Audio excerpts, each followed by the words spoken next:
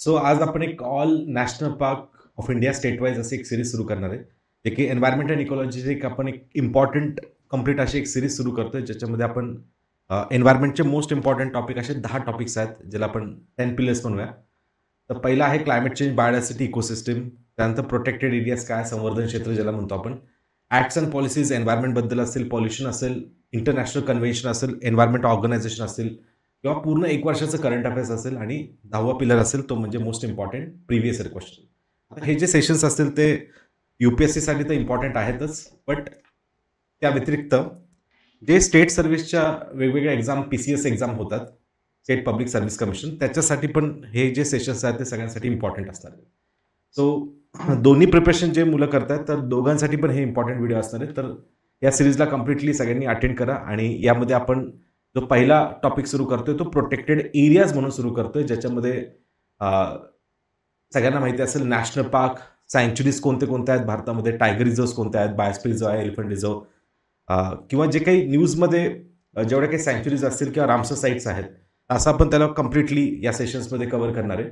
आपली जी पहिली सिरीजची सुरुवात आहे तर ती आहे नॅशनल पार्कपासून. तर भारतामध्ये किती नॅशनल पार्क आहेत आणि ते सगळे नॅशनल पार्कमध्ये कोणत्या स्पीसीज इम्पॉर्टंट आहेत, आपण सगळे पुढे काही क्वेश्चन्स पण बघणार आहेत. त्याच्यातनं तुम्हाला एक कम्प्लिटली एक आयडिया येऊन जाईल. याच्या संदर्भात जे काही नोट्स वगैरे असतील, स्टेट वाईज नॅशनल पार्क किंवा जे सेशन होतील, तर त्याच्या जे काही नोट्स असतील तर त्या तुम्हाला सुमित सर नोट्स टेलिग्राम चॅनलवरती भेटून जातील. तिथे फाईल सेक्शन वगैरे चेक करत राहा. जे क्वेश्चन्स आपण म्हणत होतो की हा टॉपिक कशा पद्धतीने अभ्यास केला पाहिजे, तर ते UPSCच्या काही प्रिव्हियस इयर क्वेश्चनमधूनच आपल्याला कळू शकतं. आणि याच प्रकारचे क्वेश्चन स्टेट PCSला पण बरेच एक्झाम्सला बघितलेले आहेत. तर सेम याच पद्धतीने तुम्हाला ते क्वेश्चन्स दिसतील.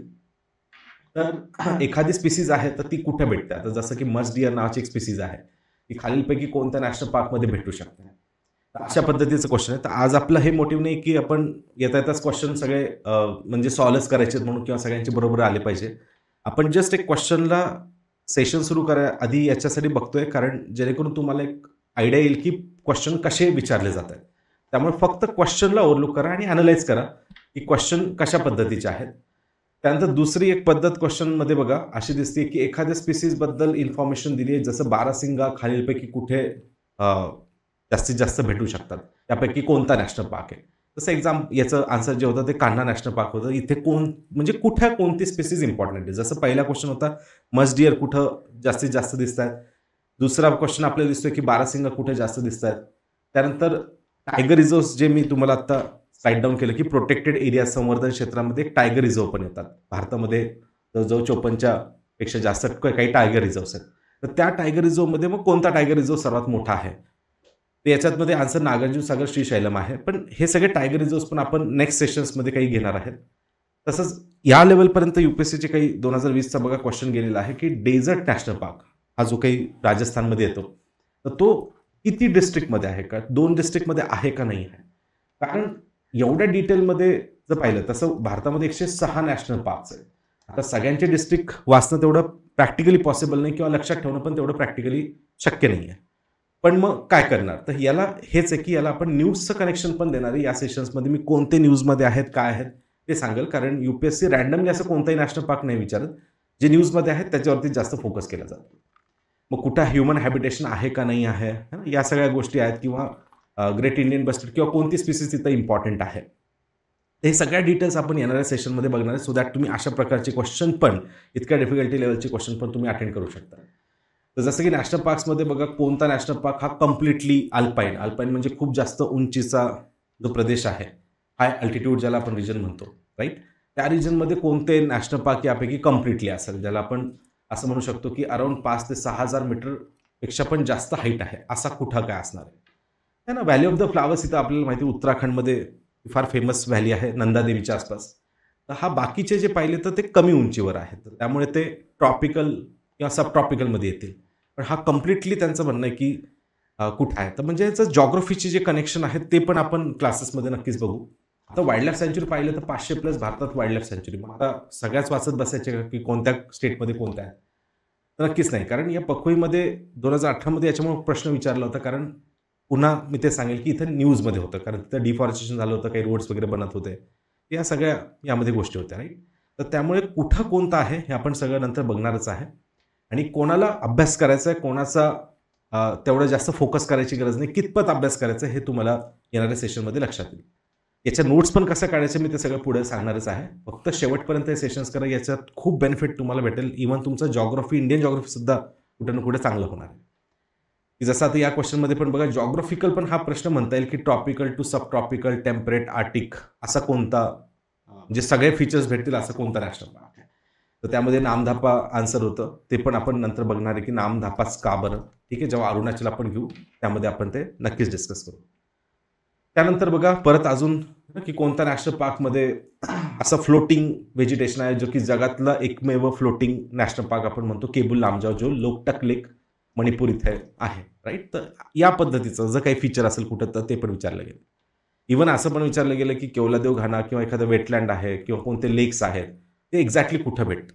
तर आता मी पुन्हा ते सांगेल की आपण सध्या आन्सरच बघायचं किंवा तुम्हाला फास्ट वाटत असेल तर बिलकुल नाही, आपल्याला फक्त क्वेश्चन समजून घेणं इम्पॉर्टंट आहे. नंतर आपण एकसाथ मी सगळेच क्वेश्चन जसं जसं तो स्टेट येईल तसं तसं त्या स्टेट वाईज ते क्वेश्चन्स आपण तसे ठेवलेले किंवा नॅशनल पार्क वाईज ते तसे सेशन्स आपण PYQ जे आहे प्रिव्हियस इयर क्वेश्चन ते आपण तिथे ठेवलेले आहे. तर चला सुरू करूया. आजपासून आपण एक नॅशनल पार्कचं एक पूर्ण कंप्लीट सिरीज सुरू करतोय. तर पहिला आपण थोडं बॅकग्राऊंड बघूया की नॅशनल पार्क ही संकल्पना कुठून आली, काय आलं. तर ही वर्ल्डचा सर्वात पहिला जो नॅशनल पार्क आहे तर तो आहे अमेरिकेमध्ये येलोस्टोन नावाचा एक नॅशनल पार्क आहे, जो 1872 मध्ये कुठे एस्टॅब्लिश झाला होता. आणि ही जी संकल्पना नॅशनल पार्कची आहे ती जॉन म्युअर यांनी ठेवली होती, म्हणून त्यांना father of the national park असंही म्हटलं जातं. भारतामध्ये पहिला नॅशनल पार्क अगर कोणता आहे तो 1936 मध्ये हेले नावाचा नॅशनल पार्क होता, की उत्तराखंडमध्ये, ज्याचं नाव नंतर बदललं, जे आज आपल्याला सगळ्यांना वेल नोन आहे. भारताचा पहिला नॅशनल पार्क तो आहे जिम कॉर्बेट नॅशनल पार्क. जसं रिसेंटली आता बघा 2022-23ची गोष्ट आहे की ज्याच्यामध्ये त्याचं नाव बदललंय. आता तिथून जी नदी वाहते तर त्या नदीचं नाव आहे रामगंगा. आता या जिम कॉर्बेटचं नाव काय केलेलं आहे, रामगंगा नॅशनल पार्क. हे कुठे आहे तर उत्तराखंडमध्येच. तर बेसिकली हेले असेल किंवा जिम कॉर्बेट असेल किंवा रामगंगा हे सगळं एकच आहे. हा भारताचा पहिला नॅशनल पार्क आहे. त्यानंतर भारतामध्ये सर्वात मोठा नॅशनल पार्क कोणता आहे, तो भारताचा सर्वात नॉर्थला असणारा, सर्वात उत्तरेकडचा नॅशनल पार्क म्हणजे कोण आहे, लडाखमधला आहे, तो आहे हेमिस नॅशनल पार्क. हा भारताचा सर्वात लार्जेस्ट नॅशनल पार्क आहे. स्मॉलेस्ट कोणता आहे तर अंदमान निकोबारमध्ये आपण जर पाहिलं तर इथे वेगवेगळ्या बटन नावाने असे बरेच काय काय, साऊथ बटन, मिडल बटन, असे काही आयलँड्स पण आहे आणि त्याच नावाचे काही नॅशनल पार्क्स पण आहे. पण त्यातला साऊथ बटन हा जो नॅशनल पार्क आहे अंदमान निकोबारमध्ये, जो मिडल अंदमानमध्ये येतो, तर तिथे जो नॅशनल पार्क आहे तो सर्वात छोटा नॅशनल पार्क आहे. तसे भारतामध्ये किती नॅशनल पार्क आहे तर 106 नॅशनल पार्क आहे. जवळजवळ ते भारताचे 1.35 पर्यंत 35% इतका जॉग्राफिकल एरिया ॲक्वायर करतात. स्टेटच्या पर्सेंटेज वाईज जर म्हणलं तर सर्वात जास्त कोणत्या स्टेटचा पर्सेंटेज वाईज नॅशनल पार्क जास्त आहे तर सिक्कीमचा आहे. आणि एरिया वाईज जर म्हणलं तर मग राजस्थानमध्ये आपण घेऊ शकतो. सर्वात जास्त नॅशनल पार्क कुठं आहेत तर ते आहेत MP मध्ये. जवळजवळ 11 नॅशनल पार्क MP मध्ये येतात. नंबर वाईज म्हणलं तर सर्वात जास्त आहे MP. आता या डेटा कसा चेक करत राहायचा, बऱ्याच मुलांना माइंडमध्ये असेल की सर आम्ही 109 वाचलं होतं, आम्ही हे वाचलं होतं, आम्ही ते वाचलं होतं. तर सरळ गव्हर्नमेंटची साईट आहे wild life institute of India, यावरती जाऊन चेक करत राहायचं. जिथे मी लास्ट चेक केलं त्यावेळेस आपल्याला 106 नॅशनल पार्क आहे. काही काही मर्ज झालेत किंवा काही सेपरेट झालेले आहेत, असे काही डेटास तुम्हाला दिसतील. आणि ते भारताच्या 1.35% जॉग्राफिकल एरियाचा एवढा आपला नॅशनल पार्कच्या अंतर्गत येतो. तर सद्यस्थितीत 106 लक्षात ठेवा. ज्यामध्ये सर्वात जास्त जे नॅशनल पार्क आहेत, जसं मी सांगितलं तुम्हाला, ते आहेत 11 नॅशनल पार्क कुठे MP मध्ये. हे आपण सगळे एक एक कव्हर करणारे, जसं स्टेट येईल तसं तसं आपण त्याला पुढे कव्हर करूया. भारताचा पहिला मरीन अगर कोणता नॅशनल पार्क आहे तर तो आहे गल्फ ऑफ कच्छ. इथे गल्फ ऑफ कच्छ दिसतंय, हा एक मरीन नॅशनल पार्क आहे. हा भारताचा पहिला मरीन नॅशनल पार्क आहे. त्यानंतर गल्फ ऑफ मन्नार हा नंतर आलेले आहेत, ते आपण पुढे चेक करणारच आहे. त्यानंतर फ्लोटिंग नॅशनल पार्क जगामध्ये एकमेव आहे, जो आपण आत्ताच थोड्या वेळापूर्वी त्याचा क्वेश्चनही बघितला होता, तो आहे केबुल लामजाव लोकटक लेक इथे येतो. चला, तर फर्स्ट आपण जो आज बघणार आहे तर ते लडाख आणि जम्मू काश्मीरवरतीच आपण टार्गेट करणार आहे. आणि तोच भारताचा सर्वात मोठा नॅशनल पार्क आहे. हां, पण सुरू करण्याआधी काही मुलं, इथे बरेच काही नवीन मुलं असतील तर त्यांना थोडीशी जस्ट एक इन्फॉर्मेशन सांगतो की हे नॅशनल पार्क जे डिक्लेअर केले जातात ते कोणत्या ॲक्ट अंतर्गत डिक्लेअर केले जातात. तर ते आहेत वाईल्ड लाईफ प्रोटेक्शन ॲक्ट 1972, वन्यजीव संरक्षण कायदा जो 1972चा आहे, त्याच्या अंतर्गत हे वाईल्ड लाईफ नॅशनल पार्क जे आहेत किंवा सँच्युरीज आहेत भारतामध्ये त्या डिक्लेअर केल्या जातात. आणि याच ॲक्ट अंतर्गत स्ट्रिक्टली प्रोहिबिटेड आहे. इथं काही काही ॲक्टिव्हिटीज ज्या प्रतिबंधित आहेत पूर्णपणे. तर त्या कोणत्या आहे की हंटिंग, शूटिंग जे असेल किंवा ट्रॅपिंग, किलिंग असं काही अलाउड आहे का? नाही. झाडं तोडणं पण नॅशनल पार्कच्या आतमध्ये जे आहे ते अलाउड आहे का? No. No timber collection. Even पाणी जे काही नॅशनल पार्कमधून एखादी रिव्हर जाते तर तिला पण पोल्यूट करणं अलाउड आहे का? मायनिंग ॲक्टिव्हिटी नॅशनल पार्कच्या आतमध्ये अलाउड आहेत का? नो. इवन एखादं जाळ जे आपण म्हणतो की वूड बर्न करायचं आहे किंवा जे आपण म्हणतो की तिथे एक बर्निंग ॲक्टिव्हिटी अगर होत असेल किंवा स्लॅश अँड बर्न ज्याला आपण म्हणतो की ॲग्रिकल्चर असेल तर हे अलाउड आहे का? नो. इवन ट्रायबल्सला पण ॲग्रिकल्चर वगैरे ॲक्टिव्हिटी या कोणत्याच ॲक्टिव्हिटी ज्या तुम्हाला समोर दिसत आहेत त्या कोणत्याच ॲक्टिव्हिटी नॅशनल पार्कच्या अंतर्गत अलाउड नाही आहेत. हां, सँच्युरीमध्ये जर म्हणले तर सँच्युरीमध्ये तुम्हाला फक्त ट्रायबल्सला म्हणजे तिथल्या लोकल कम्युनिटीजला झाडाचं जे सरपण वगैरे असेल किंवा जे वूड आहे ते कलेक्शन करणं किंवा तिथलं जे काही मायनर फॉरेस्ट प्रोड्यूस आहे म्हणजे झाड न तोडता त्या झाडापासून जे काही जसं मधाचं कलेक्शन असेल किंवा तेंदूपत्ता असेल असे कलेक्शन करायचे त्यांना लिमिटेड अधिकार आहे. पूर्णपणे नाही, लिमिटेड अधिकार आहे. आणि काही कम्युनिटीज आतमध्ये तिथे राहू शकतात. हां, राहिली गोष्ट एवढं सगळं लिमिटेड आहे पण पॉप्युलेशन सेटलमेंट एखाद्या नॅशनल पार्कमध्ये असू शकतं का? Yes, it is possible. मग अलाउड काय काय आहे तर एखादं पॉप्युलेशन जे पहिल्यापासून एखादी कम्युनिटी तिथे जर राहते तर ते तिथे कंटिन्यू करू शकतात. फक्त तिथल्या आसपासच्या प्रदेशात जर काही झाडं वगैरे आहेत किंवा तिथली जी इकोसिस्टम आहे त्याला हार्म करू शकत नाही. इवन आपण म्हणतो नॅशनल पार्कमध्ये एवढं सगळं प्रोहिबिटेड म्हणजे टुरिझम पण अलाउड नाही का? येस, टुरिझम अलाउड आहे. सफारीज पण ज्याला आपण म्हणतो त्या पण अलाउड आहेत पण फक्त ते गव्हर्नमेंट रेग्युलेटेड म्हणजे गव्हर्नमेंट थ्रूच ते होणार. कोणती ट्रॅव्हल एजन्सी उद्या येऊन म्हणली केसरीवाले येतात किंवा कोणते म्हणतात की चला आपण इथं ट्रिप काढूया तर असं चालणार आहे का? तो डेफिनेटली नॉट आहे ना. म्हणजे तसं नाही आहे. गव्हर्नमेंट रेग्युलेटेड टुरिझम नॅशनल पार्कमध्ये अलाउड असू शकतं. तर लक्षात ठेवा, no human activity is permitted inside national park जे वाईल्ड लाईफ प्रोटेक्शन ॲक्ट 1972च्या अंतर्गत सांगितलेलं आहे.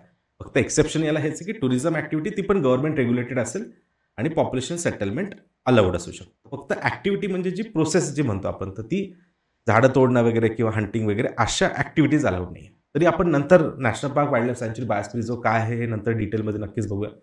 IUCNच्या कॅटेगरी 2मध्ये नॅशनल पार्क्स येतात ते पण आपण नंतर कधी नक्कीच डिस्कस करूया. आणि जे काय आता आपण सेशन्स घेणार आहे तर सगळ्यांनी प्रयत्न करा की ब्लँक मॅप जवळ ठेवा आणि ब्लँक मॅपमध्ये आपल्याला जे काही आपण स्टेट वाईज नॅशनल पार्क घेणार आहे तर त्याला नोट करत राहा की लडाख आहे तर लडाखच्या समोर तुम्ही लडाख आणि त्याच्या नोट्स बनवू शकतात की कोणते नॅशनल पार्क आहेत आणि त्याचे काय काय फीचर्स जे आपण पुढे डिस्कस करणार असेल. नंतर जम्मू काश्मीर घेईल तर नेक्स्ट पेजवरती जाऊन जम्मू काश्मीरच्या नोट्स बनवू शकतात की इथे कोणते कोणते नॅशनल पार्क आहेत त्याचे काय काय फीचर्स आहे कोणते स्पीसीज इथे इम्पॉर्टंट भेटतात एक्सेट्रा. तर नक्कीच थोडंसं डेडिकेटेडली करा, तुम्हाला याचा नक्कीच बेनिफिट दिसेल. कमेंटमध्ये मला सांगायचं की याचा आन्सर काय असेल. Which one of the following categories of protected areas in India are local people not allowed to collect और यूज द बायोमास. नक्कीच कमेंटमध्ये याचा आन्सर मी एक्सपेक्ट करेल की तुम्ही सांगताल ABCD पैकी काय आहे. नेक्स्ट आहे तर चला सुरू करूया. मग आपण जे आज सुरुवात करतोय थेट लडाखपासून सुरू करू अँड शेवट जो करणार आहे तो आपण अंदमान निकोबार पाशी करणार आहे. म्हणजे 106 नॅशनल पार्क आपण बघणार आहे पण हे सगळे पार्ट्समध्ये येतील. आज आपण लडाख आणि जम्मू काश्मीरच बघणार आहे. तर लडाख हा जो UT आहे युनियन टेरिटरी आहे तर हा भारतातला सर्वात उत्तरेकडचा भाग आहे आणि ग्रेट हिमालय जो ग्रेट हिमालयाचा पार्ट आहे तो त्या ग्रेट हिमालयाच्या नॉर्थला असलेला एकमेव नॅशनल पार्क याच लडाखमध्ये आहे. कारण इथे वरती काराकोरम, लडाख, झास्कर अशा काही रेंजेस येतात ज्यांना आपण तिबेटियन किंवा ट्रान्स हिमालय म्हणतो. त्याच लडाख आणि झास्करच्या दरम्यान लडाख आणि झास्कर नावाची एक रेंज आहे त्याच्या दरम्यान हा नॅशनल पार्क येतो लेहच्या जवळ इंडस नदी सिंधू नदीच्या आसपास आणि त्याचं नाव आहे हेमिस नॅशनल पार्क. पण लक्षात ठेवा भारतातला एकमेव नॅशनल पार्क असा आहे की जो ग्रेट हिमालयाच्या उत्तरेकडे येतो किंवा सर्वात उत्तरेकडचा म्हणलं तरी चालेल आणि सर्वात मोठा नॅशनल पार्क सुद्धा. आणि इथे तसंही एवढा काही पाऊस जास्त नाही आहे, रेनफॉल खूप कमी आहे म्हणून हा एक काइंड ऑफ आपण जसं म्हणतो की लेह लडाख काहीतरी आपण डेझर्ट आहे, कोल्ड डेझर्ट असंच म्हणतो. मग त्या ठिकाणी जिथं डेझर्ट आहे तिथं एक्सपेक्टेड आहे बघा एक स्पीसीज ती म्हणजे कोणती कॅमल. ही कॅमल कोणती इथे जी फार फेमस आहे कॅमल नॅशनल पार्क असू दे किंवा इथल्या लोकांनी डोमेस्टिकेट केलं पाळीव ज्याला म्हणता येईल आपल्याला तर ती कोणती आहे डबल हम कॅमल. बाकी स्पीसीजमध्ये जर म्हणलं तर मग स्नो लेपर्ड हा यांचा स्टेट ॲनिमलच आहे. स्नो लेपर्ड इथे लडाखमध्ये बऱ्याच प्रमाणात तुम्हाला दिसतील. त्यानंतर ब्लॅक नेक क्रेन हा स्टेट बर्ड पण आहे. त्यामुळे हे 2 स्पीसीज फार इम्पॉर्टंट आहे. इव्हन याच्यावरती एक प्रश्न पण आला होता की एशियाटिक लायन फक्त इंडियात भेटतात का? येस, हे बरोबर आहे. गुजरातमध्येच भेटतात, ते पण फक्त गिरमध्येच. डबल हम कॅमल फक्त इंडियात आहे का? तर आत्ता जी आपण स्पीसीज बघितली ती इव्हन सेंट्रल एशिया, मंगोलियापर्यंत भेटतं. तर त्यामुळे डबल हम कॅमल लडाखमध्ये भेटतात, पण फक्त इंडियातच आहे का? नो. वन आर्म रायनो फक्त इंडियात मिळतात का? नक्कीच आसाममध्ये मिळतात, भरपूर मिळतात, पण भूतानमध्ये पण थोडेफार आहेत, बांगलादेशमध्ये पण आहेत, म्हणून हे पण काय चुकीचं. म्हणजे याचा अर्थ आपल्याला माहित पाहिजे की डबल हम कॅमल कुठं आहेत, काय आहेत. इव्हन बघा, अजून एक क्वेश्चन होता जे आत्ता आपण बघितलं, स्नो लेपर्ड नॅचरली इंडियात भेटतो का? येस, लडाखमध्ये तर नॅचरलीच भेटतो, आपण काय कुठून घेऊन थोडे आलं, राईट. तर त्यामुळे तो ऑप्शन बरोबर असणार आहे. ब्लॅक नेक क्रेन आता बघितलं की इथं हे जर वाचलं नसतं तर एवढे साऱ्या बर्डच्या स्पीसीज आहेत, त्यातलं हे कसं लक्षात ठेवणार. पण हा एक स्टेट बर्ड आहे म्हणून UPSC इथे विचारलेला आहे. तर ब्लॅक नेक क्रेन भारतामध्ये जे लडाखचा स्टेट बर्ड आहे तो नॅचरलीच डेफिनेटली भेटतो. फ्लाइंग स्क्वेरल पण आपण बघणारच आहे पुढच्या सेशनमध्ये की कुठे भेटतात, काय भेटतात, पण ती पण आहे. आणि चिता हा नॅचरली 1952 मध्येच भारतामध्ये संपलेला आहे. आपण जे काही आणलंय आता आजच्या डेटला पण जरी हा प्रश्न जरी आला तरी तो नॅचरली नाही आहे, तो आर्टिफिशियली आपण घेऊन आलेलं आहे. का चिता काय चालत चालत भारतात आलं का? डेफिनेटली नाही, है ना. तर मग त्यामुळे 2 ऑप्शन कट केलं तर एकच ऑप्शन राहतं 1, 3, 4. तर त्यामुळे स्पीसीज आणि नॅशनल पार्क हे एकसाथ अभ्यास करण्याचा कुठे ना कुठं प्रयत्न करायचा आपण, राईट. तर बघा, तर इथं स्नो लेपर्डची सर्वात जास्त हायेस्ट डेन्सिटी म्हणून पण या भागाला ओळखलं जातं.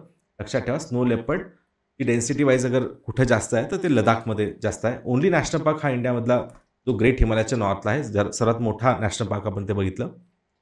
बाकी इथे नदी वगैरे कोणत्या आहेत तर इंडस रिव्हर लक्षात ठेवलं तरी मला वाटतं मोर दॅन सफिशियंट असतात. तर लक्षात ठेवा, लडाख आणि झास्कर याच्या दरम्यान जे इंडसचा पार्ट आहे तिथंच तुम्हाला दिसेल Hemis national park. That's all. Okay. आणि हा कोणत्या रियाममध्ये येतो तर पॅलिआर्टिक, म्हणजे जो थोडासा स्नो कवर्ड आहे किंवा जो फार जास्त थंड असा प्रदेश आहे त्या मिडल हिमालयाच्या नॉर्थच्या प्रदेशाला आपण म्हणतो पॅलिआर्टिक रियाम. आणि शिवालिक पासून खालच्या भागाला म्हणतो इंडोमलायन रियाम असं म्हणलं जातं. त्यामुळे हा नक्कीच शिवालिकच्या खूप वर आहे, त्यामुळे तो पॅलिआर्टिकमध्ये याला आपण कन्सिडर करतो. तर हा झाला पहिला भारताचा national park, Hemis national park. Even snow leopard तर एवढं इम्पॉर्टंट आहे, त्याला होस्ट ऑफ द माउंटन्स असंही म्हणलं जातं. आणि जे भारतात फक्त काय लडाखमध्ये सापडतात का नाही, आपण पुढे हिमाचल बघणारे, उत्तराखंड बघणारे, तिथे पण इव्हन आता तर अरुणाचल प्रदेशपर्यंत पण यांची सायटिंग झालेलं आहे. IUCNच्या लिस्टमध्ये हे स्नो लेपर्ड व्हल्नरेबल कॅटेगरीमध्ये येतात. बाकी हाय डिग्री ऑफ प्रोटेक्शन आपण त्याला वेगवेगळ्या ॲक्ट दिलेला आहे. आणि इव्हन यांचं कन्झर्वेशन प्रोग्राम पण सिक्युअर हिमालय नावाच्या फाउंडेशनद्वारे हे केलं जातं. तो हे झाले स्नो लेपर्डचे पॉईंट. आणि हेमिस एकच नॅशनल पार्क आहे लडाखमध्ये. दुसरा आपण बघतोय आता तर तो आहे जम्मू काश्मीरचा पार्ट. तर जम्मू काश्मीरमध्ये बघा 4 नॅशनल पार्क आहे. सिटी फॉरेस्ट नॅशनल पार्क, ज्याला सलीम अली असंही नाव आहे, दाचिगम, किश्तवार आणि काझीनाग. यातले सिटी फॉरेस्ट जो आहे आणि दाचिगम हे दोन्ही श्रीनगरच्या जवळ आहेत. आणि बाकी थोडेसे आपण बघू, काझीनाग जसं की LOCच्या जवळ आहे, पाकिस्तान सोबत जी LOCची बॉर्डर आहे तिथं आहे. आणि किश्तवार थोडंसं लडाखच्या साईडला बघणार आहे आपण. तर बघा, LOCचा जो पार्ट आहे त्याच्याजवळ कोण आहे? काझीनाग. त्यानंतर श्रीनगरजवळ खूप मोठे किंवा इम्पॉर्टंट फेमस आहेत दाचिगम. तिथं फक्त हंगुल जे आज भारतामध्ये राहिलेत किंवा जे काही क्रिटिकली एंडेंजर्ड स्पीसीज हंगुल आपण बघणार आहे पुढं, तर ती फक्त इथेच भेटते, म्हणून दाचिगम आणि सलीम अली. दुसरं कोणतं आहे? Salim Ali. City forest national park हे 2 इथं आहेत. आणि किश्तवार तर डिस्ट्रिक्टच आहे, त्या नावाने आपण लक्षात ठेवू शकतो, जे लडाख साईडला आहे. कारगिल, इथून पुढं कारगिल सुरू होतं किंवा ग्रेट हिमालयाचा हा पार्ट आहे. तर त्याच भागामध्ये तुम्हाला एक दिसेल किश्तवार नॅशनल पार्क. तर असे टोटल 4 नॅशनल पार्क. तर त्यापैकी जर आपण बघितलं तर श्रीनगरच्या आसपास म्हणजे नदी अगर जर कोणती बघितली तर झेलम आहे किंवा दाल लेक आहे, किंवा पुढे अजून गेले की वुलर लेक हा भारतातला सर्वात मोठा फ्रेश वॉटर लेक आहे. तर हे आपण बघणारच आहे पुढे. पण इथे जे काही स्पीसीज भेटतात त्या कोणत्या कोणत्या? ही स्पीसीज आहे हंगुल, ज्याला काश्मीरी स्टॅग असंही म्हणतात. काय म्हणतात? काश्मीरी स्टॅग. हा त्यांचा स्टेट ॲनिमल आहे, लक्षात ठेवा, स्टेट ॲनिमल पण आहे. त्यानंतर हे मरखोर, जे आपण आता काझीनाग बघितलं LOCच्या जवळ, तिथं हे मरखोर फार फेमस आहेत. त्यानंतर हे तिबेटियन अँटिलोप, ज्याला चिरू असंही म्हणलं जातं, हे पण इथं फेमस आहे, जे तिबेटमध्ये पण भेटतात आणि इथे पण थोडेफार आहेत. हे इव्हन लडाख साईडला पण चिरू वगैरे तुम्हाला दिसते. त्यानंतर हे हिमालयामध्ये बघा, मोस्टली डीर जे स्पीसीज आहेत किंवा हरणाचे जे स्पीसीज आहेत ते आपल्याला शिवालिक किंवा शिवालिकच्या खाली दिसतील. त्यातमध्ये बारासिंगा आली, चौसिंगा आली किंवा स्पॉटेड डिअर आलं, संगय डिअर आलं, असे वेगवेगळे. पण एक डिअर आहे जो हिमालयामध्ये थोडा उंचीवर दिसतो तुम्हाला, आणि तो कोणता आहे? मस्क नावाचा डिअर आहे. तर त्यामुळे लक्षात ठेवा, थोडा स्नो कवर्ड असा काही एरिया आला तर समजून घ्यायचं की तो मस्क डिअर आहे. त्यानंतर बिअरमध्ये पण इथे ब्राऊन बिअर तुम्हाला दिसेल. त्यानंतर बघा इथे एक प्रश्न होता, जे मी तुम्हाला आत्ता म्हणलं की मस्क डिअर अंदाज तर लावाच लागेल आपल्याला की कुठं नॅचरली तो भेटू शकतो. जसं की इथं आता किशनपूर आहे आणि मानस आहे. हे थोडंसं कसं आहे की नदी जवळचे प्रदेश आहे आणि हे शिवालिकच्या खाली येतात. हे युपीमध्ये आलं किंवा मानस जे आलं तर ते आसाममध्ये येतं है ना. नदी जवळ आहे, म्हणजे स्नो आहे का त्या एरियात, किंवा जास्त उंचीचा प्रदेश आहे का नाही, मग तिथे भेटतोय का नाही. मस्क डिअर कुठे आहे? मग ॲस्कॉट, म्हणजे जसं अगर तुम्ही 3 आणि 4 जरी कट करू शकले तरी तुमचं एकच ऑप्शन होतं 1 and 2. ॲस्कॉट हा उत्तराखंडमध्ये आपण बघू नंतर, आणि गंगोत्री म्हणजे हाय अल्टिट्यूड्सवरती आहे, ते आपण जसं जसं शिकू तसं कळून जाईल. पण एनिवेज मस्क डिअर वगैरे आपण बघितलं कोणते कोणते स्पीसीज इथं भेटतात. तर हे झालं दाचिगम. तर बघूया आपण. तर पहिला आहे सलीम अली नॅशनल पार्क, जो श्रीनगरच्या आसपास आहे बघा, दाल लेकच्या जवळ आहे. म्हणजे श्रीनगरच्या जवळ इतकं जर लक्षात ठेवलं तरी मोर दॅन इनफ आहे. आणि इथे ज्या स्पीसीज बघा तेच आपण आता ज्या बघितलं, हंगोल आहे, मस्क डिअर आहे, ब्लॅक बिअर आहे, सेरो वगैरे आहेत, असे स्पीसीज इथे मिळतात. सगळ्या स्पीसीज लिहायची बिलकुल गरज नाही आहे. ज्याच्यावर मी टिक करतोय त्या स्पीसीजच फक्त साईडला लिहित चला. बेसिकली हे दाल लेकच्या आसपासच्याच एरियामध्ये आपण बघू की हा कोणता आहे? Salim Ali national park. Okay, तर इतकं लक्षात ठेवा. हा फार इम्पॉर्टंट आहे. दाचिगम हा पण श्रीनगरच्या जवळच येतो. झबरवान वगैरे जे आत्ता आपण रेंजेस बघत होतो, दाल लेकच्याच आसपास या झबरवान अशा काही रेंजेस वगैरे आहेत, किंवा पीर पांजालचाच एक पार्ट म्हणलं तरी चालेल, तर श्रीनगर हा पीर पांजालचा जवळ येतो. तर त्याच भागामध्ये हा जो एरिया आहे, तर त्याच भागामध्ये तुम्हाला अजून आसपासच्या प्रदेशात दिसेल दाचिगम. तर श्रीनगर जरी म्हणलं तरी चालेल. की ओनली एरिया असा आहे की जिथे हंगुल किंवा काश्मीरी स्टॅग मिळतो, जो त्यांचा स्टेट ॲनिमल आहे. आणि हा याच्यामुळे महत्त्वाचा आहे कारण तो आता क्रिटिकली एंडेंजर्ड झाला आहे, म्हणजे जो फार जास्त प्रमाणात नष्ट झालेला आहे. आणि इट इज व्हेरी इम्पॉर्टंट, कारण जेव्हा क्रिटिकली एंडेंजर्ड IUCNमध्ये असतात त्या UPSC थोडं जास्त टार्गेट करतात. चला नेक्स्ट आहे किश्तवार नावाचा एक आहे, जो आपण आत्ताच बघितलं. थोडं लडाख साईडला एक जो डिस्ट्रिक्ट होता तिथे किश्तवार म्हणून आहे. तिथं या स्पीसीज फार फेमस आहेत. त्या म्हणजे कोणत्या आहेत? Red panda. पण आताच्या डेटला पाहिलं तर हे थोडे कमी झालेले आहेत. जे आता रेड पांडा मेनली मिळतात ते सिक्कीम आणि आसाम वगैरे साईडला आपण बघू शकतो. पण ठीक आहे, म्हणजे चिनाब रिव्हरच्या आसपास किंवा चिनाबच्या थोडं वेस्टला जर म्हणलं तर किश्तवार येतं, किंवा एवढा भाग जर लक्षात ठेवला आपण तरी सफिशियंट आहे किश्तवार. तर अशा पद्धतीने बघा हे 3 झाले. सलीम अली एक झाला, त्यानंतर सेकंड होता किश्तवार आणि दाचिगम. आता लास्ट आहे LOCच्या जवळ जो आहे, इथे झेलम रिव्हर आसपास पास होते बघा, आणि तो आहे काझीनाग. बारामुल्ला जो डिस्ट्रिक्ट आपण आत्ता दिसत असेल, बारामुल्ला जो डिस्ट्रिक्ट बघतोय या ठिकाणी, तर याच ठिकाणी तुम्हाला दिसेल काझीनाग नावाचा नॅशनल पार्क या ठिकाणी आहे. तर लक्षात ठेवा. आणि इथे ही स्पीसीज जी कोणती इम्पॉर्टंट आहे तर ती आहे मरखोर नावाची. ही कोणती स्पीसीज आहे? मरखोर. तसं पाहिलं तर पाकिस्तानाने आपण कोलॅबरेशनमध्ये युजली काही करू शकत नाही, पण ही गोष्ट एक होती आहे की बॉर्डरवरती आपण त्यांच्या साईडनी पण या स्पीसीजला कन्झर्वेशन केलं जातं आहे, आणि आपल्या साईडने तर होतच आहे. तर ही आहे मरखोर स्पीसीज, जी काझीनागमध्ये फार फेमस आहे. तर आय होप सगळ्यांना कंप्लीट आयडिया आलेली आहे कोणती. तर सगळ्यांनी कमेंटमध्ये सांगायचं आहे मला की 1 म्हणजे काय, 2 म्हणजे काय. तर 1 जी आपण इथं बघितली ती कोणती आहे? LOCच्या जवळ 2 कोणती आहे? श्रीनगर जवळ 3 आणि 4 नंबर कोणता आहे? आणि 5वा इथे जी दिसतीये तर ती 5 कोणता आहे? म्हणजे आज आपण 5 नॅशनल पार्क बघितले. तर नक्कीच मला सांगा कमेंटमध्ये की हे सेशन सगळ्यांना आवडलं असेल तर नक्कीच लाईक करा. अँड हे सेशन आपण पुढे कंटिन्यू करायचं असेल तर नक्की मला कमेंटमध्ये इन्फॉर्म करा. अशाच प्रकारे आपण पुढच्याच उत्तराखंड वगैरे जे सेशन्स आहे, किंवा उत्तराखंड, हिमाचल, प्रत्येक सेशनमध्ये आपण 2-2 नॅशनल पार्क्स वगैरे डेफिनेटली कव्हर करूया. Okay, thank you all of you.